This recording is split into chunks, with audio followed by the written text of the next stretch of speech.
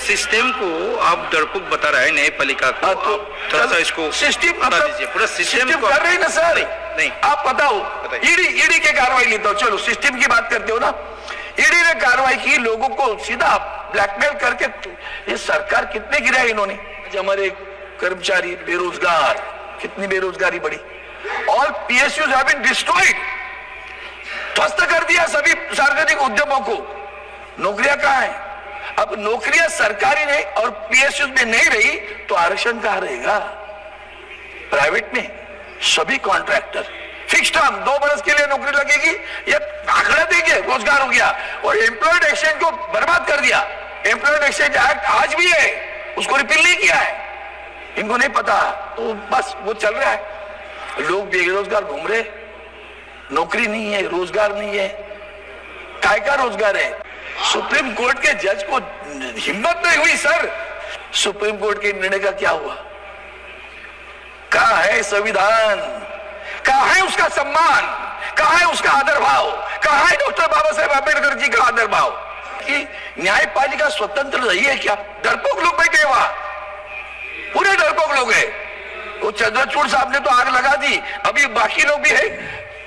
एक न्यायपालिका, मुझे कमाल लगता है कि एक जज, हाईकोर्ट का जज, एक दिन में इस्तीफा देता है, दूसरे दिन किसी पार्टी को ज्वाइन करता है, तीसरे दिन चुनाव लड़ता है, चौथे दिन सांसद बन के आता है। कूलिंग पीरियड भी नहीं किया। तो न्यायपालिका पर बैठे उन्होंने क्या निर्णय दिया होगा? दूसरे न्यायाधीश यहां हमारे राज्यसभा में सांसद बन के आए हैं, चीफ जस्टिस। ये सब लोग आगे चल के हमें क्या मिलेगा? तो उसके लिए तड़पते रहते हैं। पूरे सिस्टम को आप डरपोक बता रहे हैं न्यायपालिका को, तो थोड़ा सा इसको सिस्टम बता दीजिए। पूरा सिस्टम को कर रही ना सर, नहीं आप बताओ। ईडी के कार्रवाई लेता हूँ, चलो सिस्टम की बात करते हो ना। ईडी ने कार्रवाई की, लोगों को सीधा ब्लैकमेल करके। ये सरकार कितने गिराए इन्होंने। प्लीज प्लीज प्लीज प्लीज दादा, प्लीज प्लीज प्लीज दादा, प्लीज नो प्लीज दादा। Madam, I fully appreciate the expenditure made by the government during the 6 months, 51.3% of the total expenditure, more than that of the total budget allocation. My point was the most labor industry sector, that is the MSME, the budget outlay was 22,137.95 crores. There is a revised outlay. I can't understand what is the revised outlay at this juncture. And further, the expenditure till 12/1/2024, it is 992 crores. That means just lower than 15%. When the total expenditure is more than 51.3%, how? Madam, I'm thankful to Honorable Member for giving that clarification. I want to be sure that I don't repeat, but I would like to emphasize on the point that this budget gave particular 5 different schemes to enable the MSMEs to have greater liquidity in their hand, greater access to credit, and like never before, and I say this in particular, MSMEs only had working capital given to them.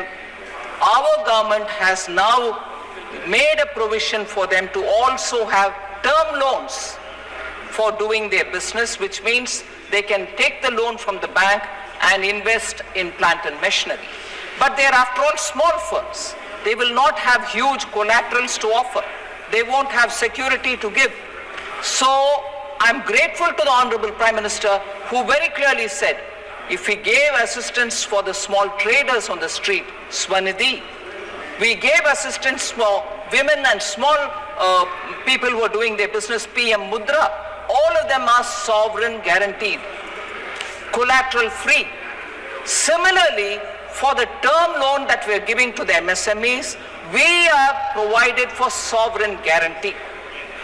For the first time in this country, so Honorable Member Prem Chandran be informed on.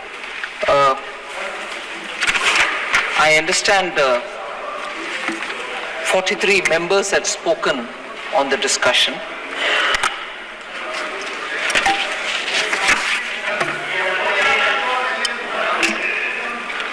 This is the first batch of supplementary, sir.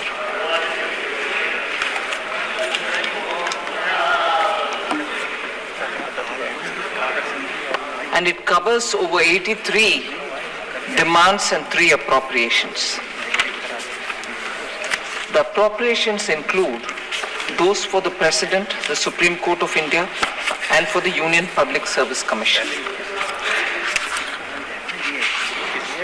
To make a beginning, I will repeat some of the things which are already mentioned in the supplementary demand for grants, which a copy of which all members have seen. These demands and appropriations, we are seeking the authorization of the Parliament for gross additional expenditure of 87,762.56 crores. The net cash outgo or cash supplementary is about 44,182.87 crores.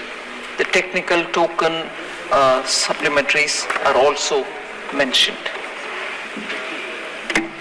Expenditure on capital account is something which I would like to take a minute to say that it is about 19,416.35 crores. The balance of 68.346.21 crore in the supplementary demand for grants is on the revenue account. So, not going further into the details, yesterday I'm grateful that Honorable Member Jagadambika Palji had gone into the details of what this supplementary demand for grant is all about, where money goes, and why it is justified that this one first supplementary has covered those amounts, and the total is far lesser than what a first supplementary had in the last year. So he had rightly placed the emphasis saying, look at where the money is going. It's going for farmers, it's going for the revenue expenditure of defense, but on farmers' account again, it is going for fertilizers and so on. So without spending more time on the details of those, I'd like to go back to the discussions itself and respond to the members and their seeking clarification so that we focus on the debate straight away. Sir, questions on the economy, Madam, I'm sorry, I keep referring to you as Sir. Madam, there were a lot of interest on the economy related issues. Honorable members have asked questions about what is it about the economy that you can answer. We have got questions to ask. I'll try to address some of them. So Madam, the real growth rate for Q1 and Q2 of this financial year 25 has been 6.7% and 5.4% respectively. At 5.4%, the Q2 rate is slower than expected. Many members observed it, many members commented on it, many members raised a doubt saying, is growth sustainable at all at the number that we projected in the BE? I'd like to touch upon some of the concerns. So, Q2 of this financial year has been challenging quarter for India and for most other economies of the world. In last 3 years, India's GDP growth rate has averaged 8.3%. This is outstanding. I don't want to judge myself, I don't want to judge the ministry, but this is a number before us, and this is a number which you can see, compare it with the rest of the globe. And this number is an outstanding number by global standards. India has been the fastest growing major economy in the world, and the credit goes to the people of India who are struggling and meeting their aspirations, thereby contributing to the economy, and with the leadership which puts policy up front so that it responds to people and their aspirations as well. So the two wheels have moved adequately in synchrony, as a result of which you see the growth numbers. A different perspective for the same thing is something which I'd like to put before you, Ma'am Chairperson. Out of the 12 quarters in the previous 3 years, GDP growth rate was lower than 5.4%. GDP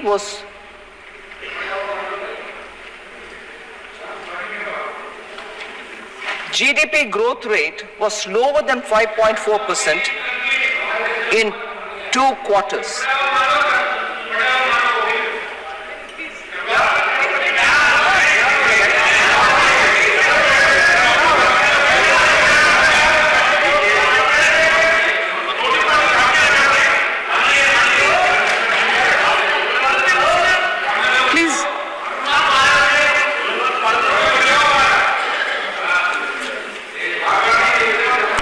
She gets involved.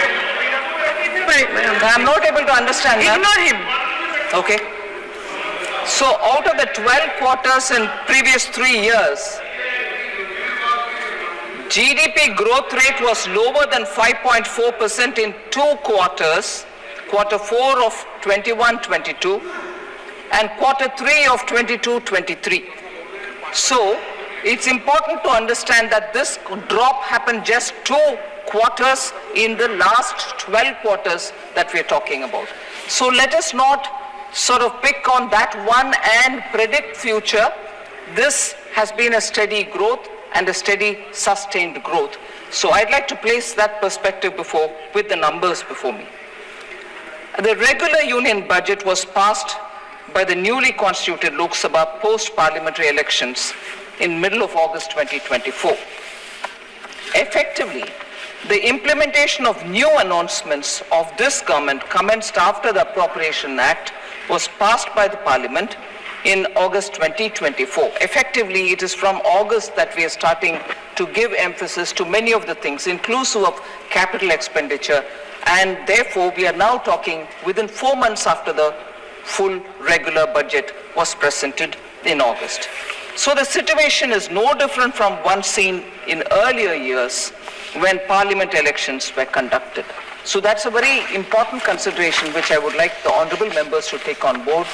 When annual Lok Sabha elections happen, those years do have a certain flow of resources, do have a certain ground-related expenditure happening, and when it picks up, the growth rate also picks up. But the blip is got to be understood in the broader context.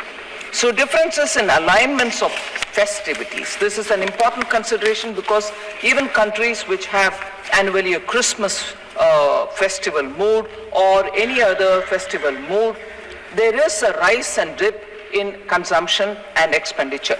So between September and October this year, particularly for India, in the previous and current year, created a modest downward bias for the Q2 growth, because I think there was 115 days where people do not spend, and which came very close to also the Dashera vacation when people spend, and as a result that quarter got affected by good spending fortnight and a not so good spending fortnight, both occurring during that quarter itself.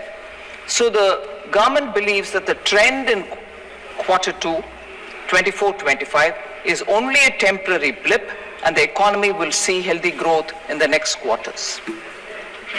Also, a generalized slowdown in manufacturing is not expected, as it is restricted to few sections only. Out of 23 manufacturing sectors, and this is an important fact that I would like to place for the consideration of the honorable members, out of 23 manufacturing sectors in the index of industrial production, about half of them remain strong even now. So we need to put this in context. Capital expenditure of the union government has grown by 6.4% year on year between July-October 2024. So I'm very optimistic about improved performance going further and going forward.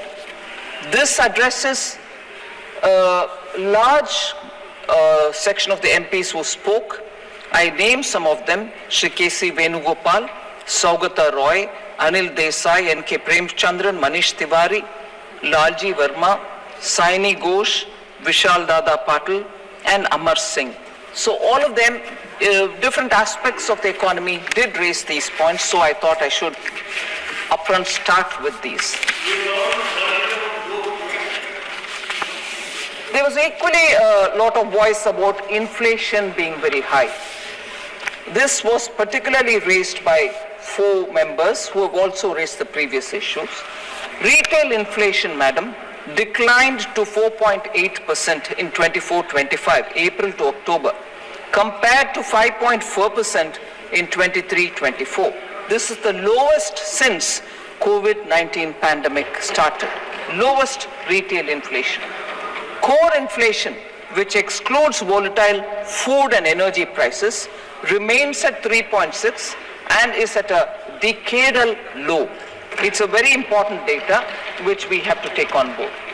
And we in the union government remain committed to better managing of food inflation, where volatility in specific food items is weather driven.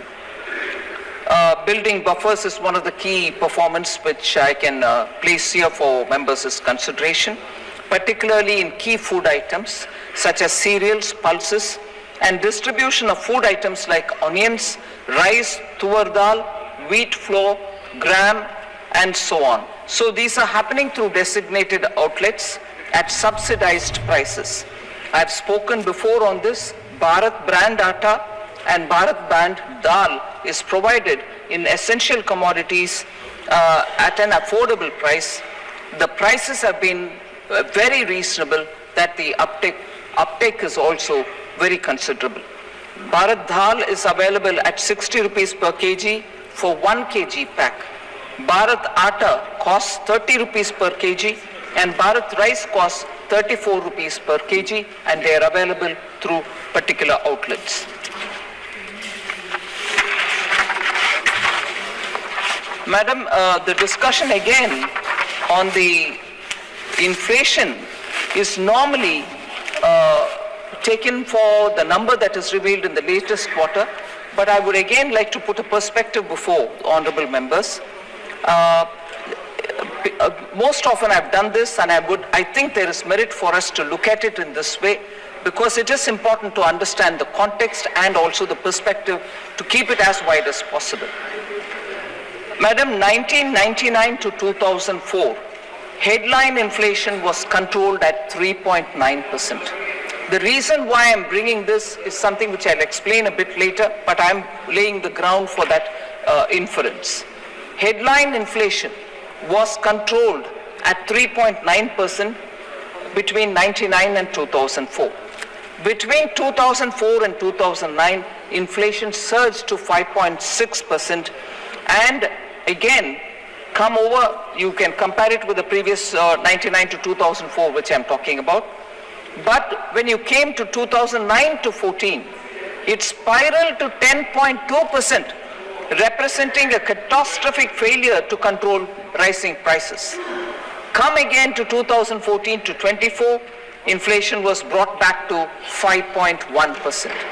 The pattern that is emerging, if you look at it for the last 25 years nearly, is NDA period times inflation is well under control, whereas non-NDA, particularly UPA, it touches double digit. So let us not forget this pattern when we want to criticize one another about inflation and inflation control.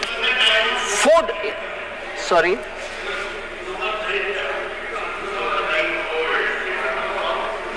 Right, thank you.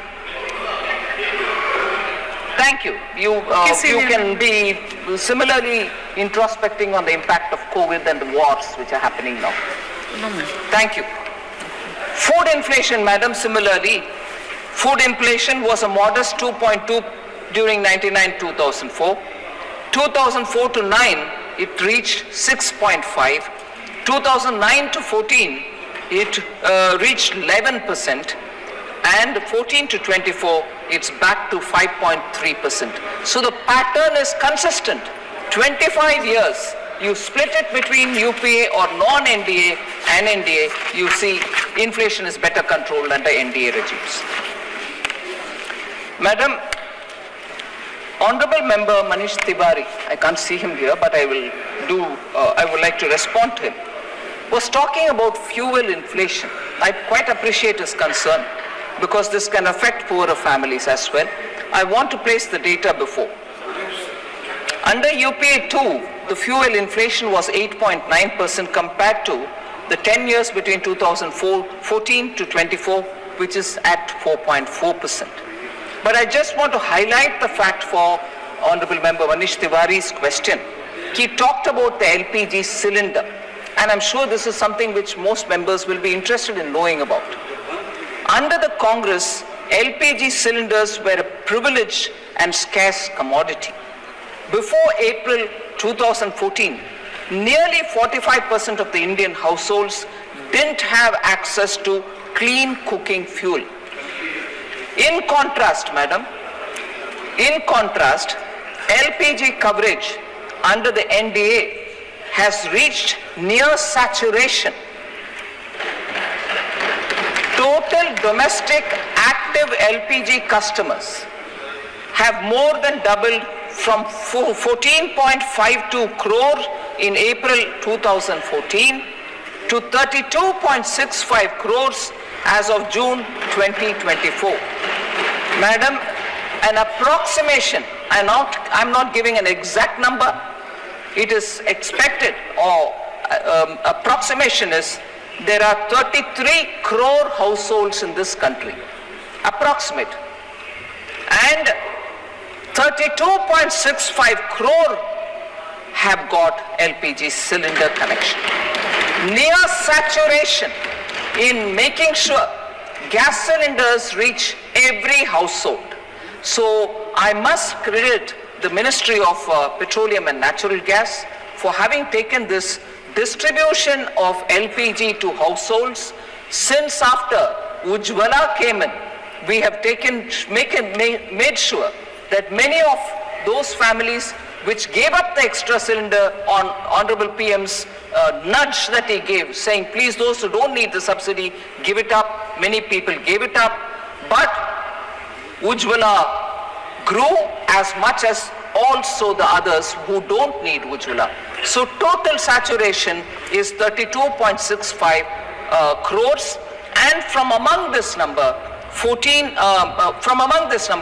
10.33 crore Ujjwala beneficiaries also are there. So this 32.65 crores includes Ujjwala 10.33 crores. Ujjwala 14.2 kg LPG cylinders, 14.2 kg, the weight of the cylinder, is given at an effective price of 503 rupees per cylinder. I want to highlight the fact that if we are to compare India with its immediate neighborhood, you will know that India's LPG cylinders is very reasonably priced for the Ujjwala consumers that I'm talking about. Ma'am, the neighboring countries, as of 1st November 2024, the prices are like this. Nepal, it is 1,209.21 rupees.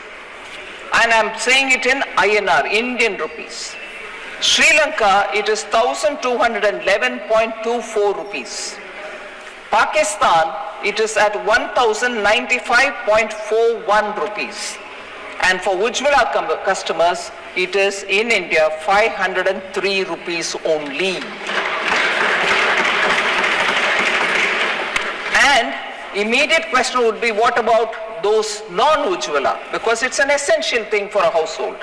Effective price of non-Ujjwala consumers, and I'm talking about New Delhi, is 803 rupees.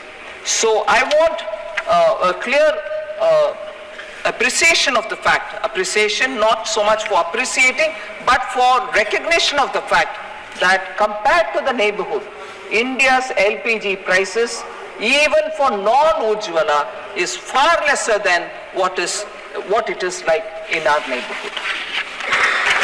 Manish Tiwari, member, I can't take, but that was essentially for his particular question. Madam, there were concerns expressed also about unemployment being very high. Several members raised questions on it, and I highlight some of the facts. The All India annual unemployment rate has been declining according to the periodic labor force survey report. Beginning 2017-18, it's been falling from 6.0% in 17-18 to 3.2% in 23-24. Unemployment rate was 6% in 2017-18. Today it has come down to 3.2%. And this is accompanied by a rise in the labor force participation ratio and worker to population ratio figures as well. A very important factor is the gender component, madam. The female labor force participation rate has been on the rise for the past 6 years, from 24.5% in 2018-19 to 41.7% in 23-24, and we'll be glad to know that this is largely driven by rising participation of rural women into the labor force. So this is a very noteworthy transformation that we are seeing. I would like to put it before you, Honorable Chairperson. According to the latest payroll data of the EPFO, cumulative net addition of EPF subscribers, which very clearly shows the formal employment. So cumulative net addition of EPF subscribers touched 91.1 lakh in first half of this year, that is 24-25, which is nearly 29% higher than the cumulative net additions of 70.5 lakhs in the same period last year. So it's an important, and we are clearly talking about the net addition. It's not the numbers who have gone, we've ignored it or anything like that. We are talking about net addition. Nearly 2/3 of the new subscribers in the EPFO payroll have been from the 18 to 28 years band. So for all of us who rightly have concerns about the youth of India, I would like to show this figure that the net addition to the EPF subscriber numbers has 2/3 of them coming from those in the age group of 18 to 28. So the youth of India are coming on board and getting into EPF related registers. Madam, there was also concern and a lot of discussion about the procedure not being followed in sanction of contingency fund advance. I think it was member N.K. Premachandran ji who raised this point. I'd like to respond to him because I think he highlighted, I appreciate the fact that N.K. Premachandran ji gets into a lot of granular details of the budget and also of the general financial rules. Here he quotes, I quote, he said, the procedure given in para 5 of Delegation of Financial Powers rule regarding laying statement by ministers for giving contingency fund advance is not followed. That was his concern. I'd like to remind member N.K. Premachandran ji that the procedural issue which you raised about withdrawals of contingency fund, an advance of 100 crores given to MNRE for the PM Surya Ghar. Am I right? Based on the request of the ministry, contingency fund advances are normally given to various ministries, and in this case, the contingency fund advance of 100 crore was sanctioned on 4th October 2024 at a time when the parliament was not in session. This amount is being recouped, and that you see in the supplementary demand for grants through the supplementary demand which we have placed now. So Ministry of Finance does not normally permit consolidated fund advances when parliament session is underway. In the instant case that he is referring to, Finance Ministry has not issued the sanction during the parliament session. I would just like to mention it very clearly for Sri N.K. Premachandran's consideration. If at all drawals of CF advance has happened by any ministry, the minister concerned is required by rule to lay a paper in the House. So, and that's the extent procedure. Madam, similarly, I think it was one of the members, if I'm right, Lalji Vermaji, who had mentioned that this supplementary demand for grant is being presented within 1 month of the budget. I'm not sure if Lalji Vermaji is here. This is the first batch of supplementary demand for grants. And even as I opened my statement, I said the regular budget in this election year was presented in July. Now we are into December. We are several months away from July, not one. So that statement unfortunately doesn't seem to be correct, madam. This has been reduced. The supplementary demand for grant, this one being the first one, I would like to definitely place on record that we have kept the supplementary demand for grants. Normally 3 are permitted. We've tried keeping it within 2 and never moving to the 3rd, except for 1 year when the 3rd also had to happen.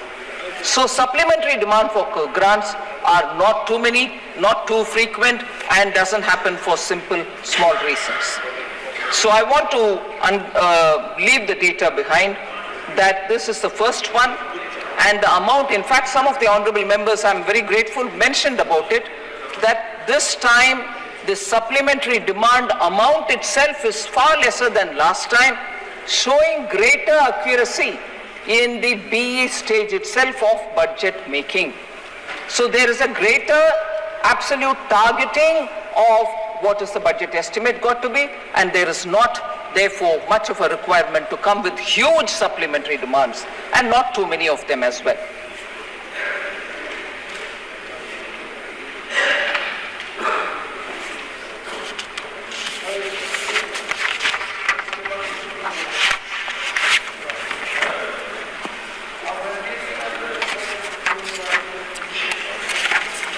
Ma'am, there's been a concern about sustaining growth. I broadly spoke about the growth and growth-related figures earlier. But what are the specific steps that the government has taken to push and to sustain growth was one of the questions. As much as private sector investment slowdown and more investment on infrastructure have all been points on which a lot of members have raised their concerns.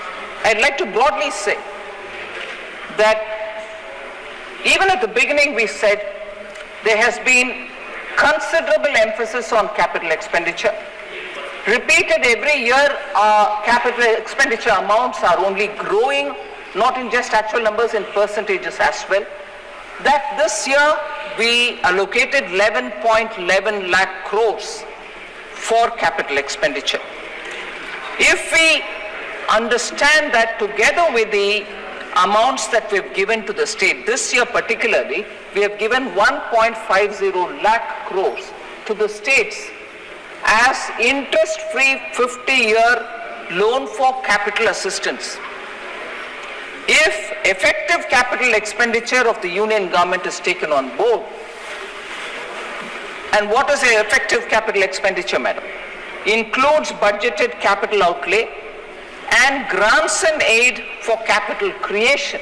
If these two are put together, you get the effective capital expenditure figure, and while 11.11 lakh crores is the capital expenditure announced in the BE, effective capital expenditure inclusive of our capital assistance to the states, interest-free, it is pegged at 15.02 lakh crores, madam. One of the highest in Government of India's history. This is the amount we are giving for capital expenditure, which has given a big role also for the states to build their capital expenditure account. And as a result, I think steps that we are taking to push for growth and to sustain growth are going through this route of capital expenditure so that the multiplier effect, which will spread through the economy and therefore give a greater traction and multiplier effect to the economy itself, will be bigger. Because I think we've spoken about this as well, which I'd like to emphasize again, that for every rupee spent on capital account, the multiplier effect that you get touches even 3.48, sometimes 4.3. That is the kind of multiplier you get when you spend on capital account, whereas if you spent on revenue account, for every 1 rupee, you would get only 0.98, less than 2 paise, less than 100 paise, which is 1 rupee. So that is not going to benefit if we just spent money or put money in the hands of the people, promote immediate consumption so that people can go out in the market and buy the essentials. They are important. But the multiplier that gives is far lesser than the multiplier that you would gain when people are given in situ jobs because projects are running, capital assets are being built. We have gone through that route, and this time the effective capital expenditure of the Government of India is at 15.02 lakh crores. What are the expenditure on which this amount is getting spent? Regional connectivity, robust highways, railways, coastal shipping, digital infrastructure, and multimodal logistics are areas in which we are spending this money, and also addressing skill deficit through package of 5 schemes which we have announced in this budget itself. And these have given results. So it's not as if I've spent the money, we don't know what is the outcome.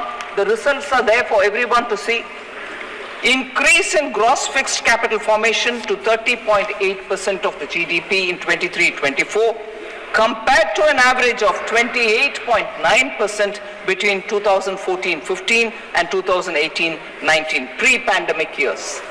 So pre-pandemic years, you had 28.9 gross fixed capital formation, whereas now it's gone up to 30.8%.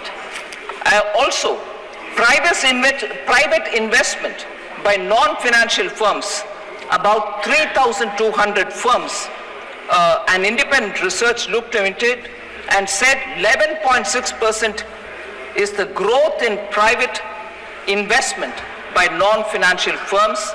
That itself will explain. I'm talking not about the banks, not talking about the NBFCs, but other firms which are in the private sector.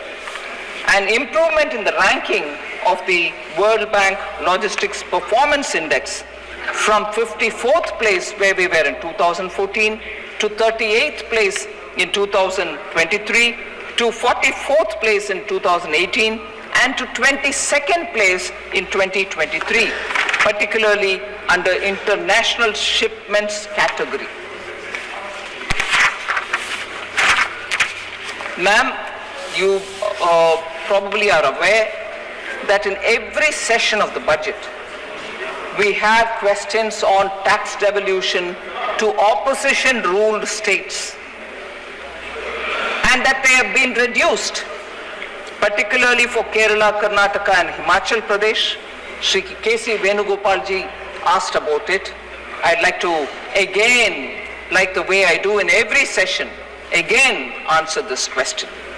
Tax devolution to states is based on the formulation and the recommendation given by the Finance Commission. Within first 45 months of the 15th Finance Commission, the current Finance Commission, the tax devolution to these states is more than the total tax devolved to these states in the entire period of the 14th Finance Commission. Entire period of the 14th Finance Commission, 5 full years, and you can take 45 months of the current Finance Commission, which is just about 4 years and about a couple of months, 3 months. I'm going by state, madam. Karnataka during the 14th Finance Commission, which is like between 2014 and 2019, had 1,35,044 crores devolved to it. And within the 45 months of the current Finance Commission, they have received 1,41,937 crores, already much more than the entire five-year period of the previous Finance Commission. Himachal Pradesh received 20,830 crores during the 14th Finance Commission's entire period, whereas what they've received in the first 45 months of the current Finance Commission is 32,087 crores. Kerala, 71,713 crores during the earlier Finance Commission during its entire period, whereas in the 15th Finance Commission, which is the current Finance Commission, and in the first 45 months, 75,171 crores.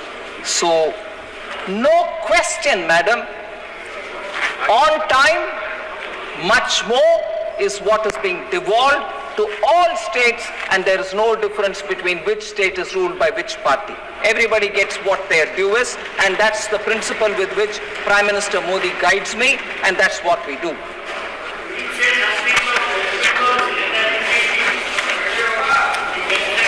Sir, slow pace of expenditure from the budget 24-25 is another question which N.K. Premchandran ji asked.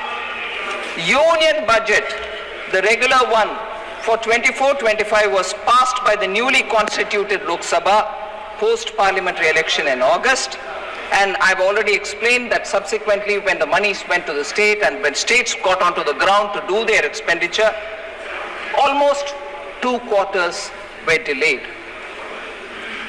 So this situation is broadly similar to all other election year. However, the total expenditure up to October 24 was 24.74 lakh crores. October 24.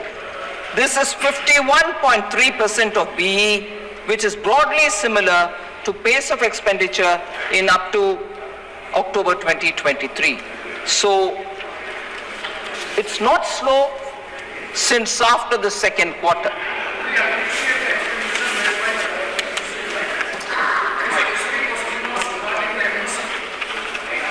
Please, Dada, please. Please, Dada, please. Please, Dada, please. No. Please, Dada. Madam, I fully appreciate the expenditure made by the government during the 6 months, 51.3% of the total expenditure, more than that of the total budget allocation. My point was the most labor industry sector, that is the MSME, the budget outlay was 22,137.95 crores. There is a revised outlay. I can't understand what is the revised outlay at this juncture. And further, the expenditure till 12/1/2024, it is 992 crores. That means just lower than 15%. When the total expenditure is more than 51.3%, how? Madam, I'm thankful to Honorable Member for giving that clarification. I want to be sure that I don't repeat, but I would like to emphasize on the point that this budget gave particular 5 different schemes to enable the MSMEs to have greater liquidity in their hand, greater access to credit, and like never before, and I say this in particular, MSMEs only had working capital given to them. Our government has now made a provision for them to also have term loans for doing their business, which means they can take the loan from the bank and invest in plant and machinery. But they are after all small firms. They will not have huge collaterals to offer. They won't have security to give. So I'm grateful to the Honorable Prime Minister, who very clearly said, if we gave assistance for the small traders on the street, Swanidhi, we gave assistance for women and small people who are doing their business, PM Mudra, all of them are sovereign guaranteed, collateral free. Similarly, for the term loan that we are giving to the MSMEs, we are provided for sovereign guarantee. for the first time in this country. So, Honorable Member Prem Chandran, be